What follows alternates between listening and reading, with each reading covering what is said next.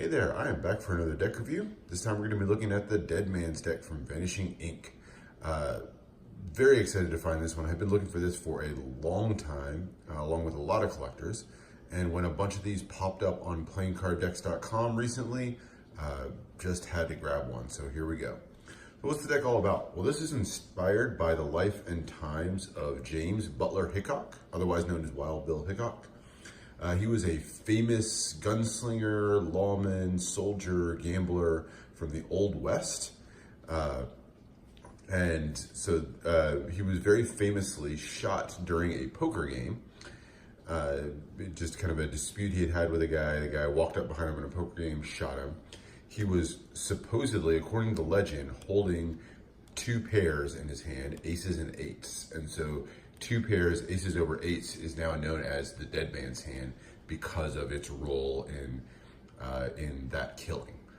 So that's kind of the story behind the deck, and you'll see touches throughout the deck that go into both that incident where he was shot, but also into other aspects of his life. And we'll kind of talk through some of those secrets and little bits that are hidden throughout the deck and on the tuck case here. But let's get started with the tuck case. So first off, you've got a very simple, clean tuck case. It's kind of this cream color in the background with black ink, which kind of gives it this vintage, weathered look to the deck. It says very simply, the Dead Man's Deck playing cards on the front, and then has this number 10 up here. That's a nod to the Nuttall and Mann's Casino, or Nuttall and Mann's Saloon, which is actually renamed to the number 10 Saloon. And that is the name of the saloon where Wild Bill was actually killed. On the sides here, it says fine quality playing cards. And then on this side, Deadwood, Dakota Territory. So that saloon is located in Deadwood, South Dakota. There were no North and South Dakota at the time, so it was just Dakota Territory here.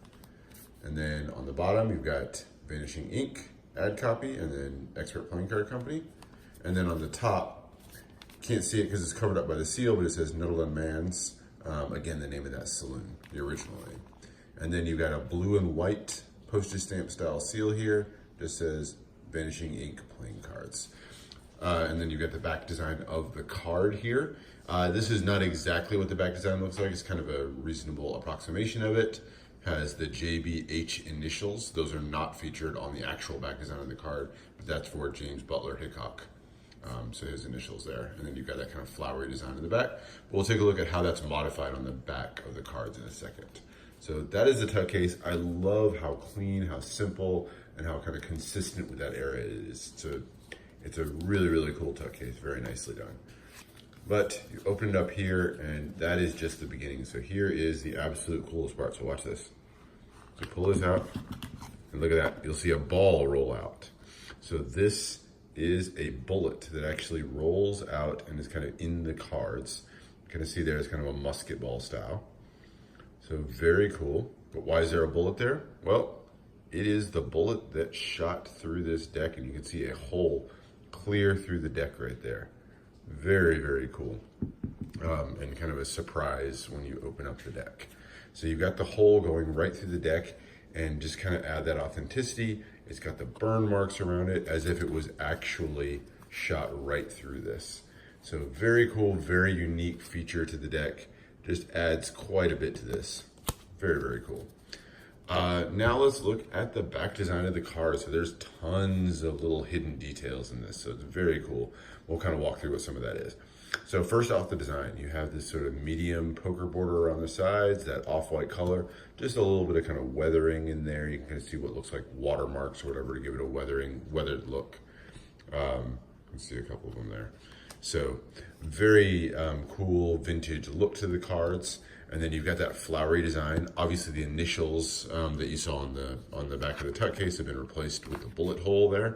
And then you have all these sort of letters all the way through here, and all these have meanings. You have the A's and the eights, which are a nod to the aces and eights, the hand that he was holding when he was killed. You have the gun here because he was a famous gunslinger. You have JBH, his initials over here. You have the sheriff's star, so he was a lawman and at various times was a sheriff. And then you also have these little tombstones in here with initials in them. So what are those? Well, those initials are nods to some of his famous duels and some of the people that he killed in duels or disputes over his time. So DM up here is David McCannels, who was supposedly the first person that Wild Bill ever killed. Had a dispute and killed him. Down here you've got PC for Phil Coe. Phil was a saloon owner who had a big disagreement with Wild Bill and was ultimately killed. And then over here, DT, this is a nod to his most famous duel.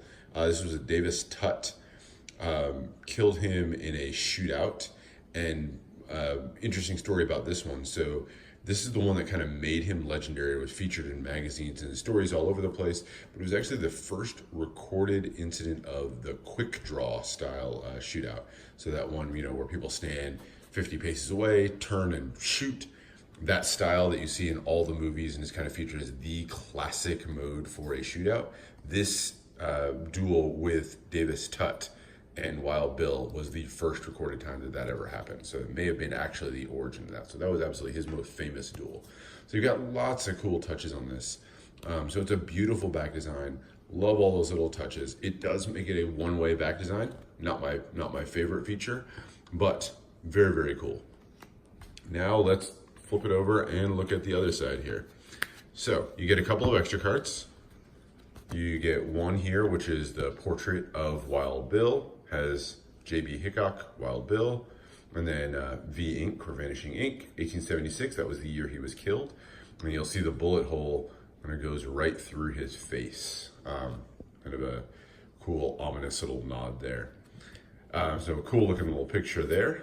And then you have a card here which kind of has a paragraph explaining a little bit of the story of that kind of fateful day that he was killed, August 2nd, 1876. And the hand he was holding, aces and eights. As legend goes, it was the 2 black aces and the 2 black eights that he was holding. So you get a little bit there about the dead man's deck itself. Now the rest of the cards. So, elephant in the room, it is completely smeared in blood. So you'll see blood on a lot of the different cards. It's kind of on fairly random cards throughout the deck, meant to kind of evoke this idea that this was the deck that was being used at the time that Wild Bill was shot, and you have the blood spattered from when he was killed all over the place. You'll see here, so the ace is a very simple ace. There's no central pip. Obviously, you've got the big bullet there, and then you have the indices on all 4 corners. So left-handers rejoice. You can feign your cards effectively. They're a fairly standard, if kind of an older look to the card, so it kind of keeps with that vintage style. Here you go. Yeah, completely shot out one of those 5 pips. And you'll see those blood spatters. In adding sort of a bit of authenticity to this deck, the most blood spattered cards are those ones that were in Wild Bill's hands. So like there's an ace and the black ace and black 8, and you'll see those are the most spattered with blood. And some of these others are way less spattered. And then here's your court cards. Love these, love the color on these, the red, the gold, the blue, and just that hand-drawn vintage style, very in keeping with the time. Just all the details that go into making this feel like a deck from the 1800s. Just very, very cool. So love how they did with those court cards. And then continue through, there's your diamonds. Get, again, little blood spatters on some of the random cards. There's your red courts. A lot of blood spatter there on that king. And then there's your black cards. Back to the clubs. Obviously, there you go. Another one of the cards that was in Wild Bill's hand, as was the ace of clubs. So again, you got little like fingerprint smears and things like that over there. So very, very cool. And then there's your heart court cards and the rest of the hearts. So just a very, very, very cool deck. As far as handling, they actually handle pretty well. They fan nicely. Expert playing card is not usually my favorite. I think over time I've tended to have these start to clump up eventually. But I'm not using these too much for cardistry or anything like that. So these handle nicely. They work well. They've got a really nice finish to them. Look nice in fans, that kind of weathered look. Because of the one-way back design, you'll get little details where these aren't perfect in fans if you're actually using these. But that said, what are you going to use these cards for?